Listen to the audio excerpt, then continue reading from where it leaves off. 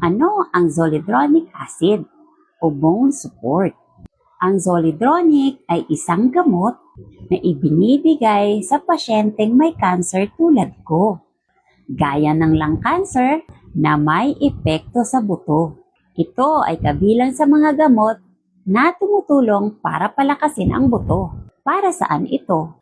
Ginagamit ang zoledronic para sa palakasin ang mga buto at maiwasan ang pagkabali, pigilan o pabagalin ang pagkasira ng buto, tumutulong sa mga may cancer na kumalat na sa buto o bone metastasis at binabawasan ang sakit sa buto o komplikasyon.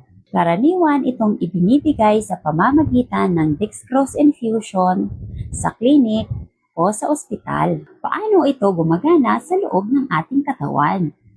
Ang buto natin ay laging nabubuo at nasisira o bone turnover.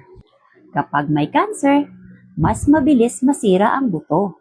Ang zoledronic ay pinapabagal ang cells na sumisira sa buto at pinapalakas nito ang bone density. Binabawasan din nito ang calcium na lumalabas sa dugo. Resulta, mas matibay na buto, mas kaunti ang sakit at risk sa fracture. Bakit ito ibinibigay sa mga lung cancer patient tulad ko? Sa lung cancer, may posibilidad na kumalat ang cancer sa buto. Nangyayari ito sa 30 to 40% advanced lung cancer patient. Possible side effects, lagnat o parang flu, pananakit ng katawan o buto, pagod o panghihina, at minsan problema sa ngipin. Kaya kailangan natin ang dental clearance.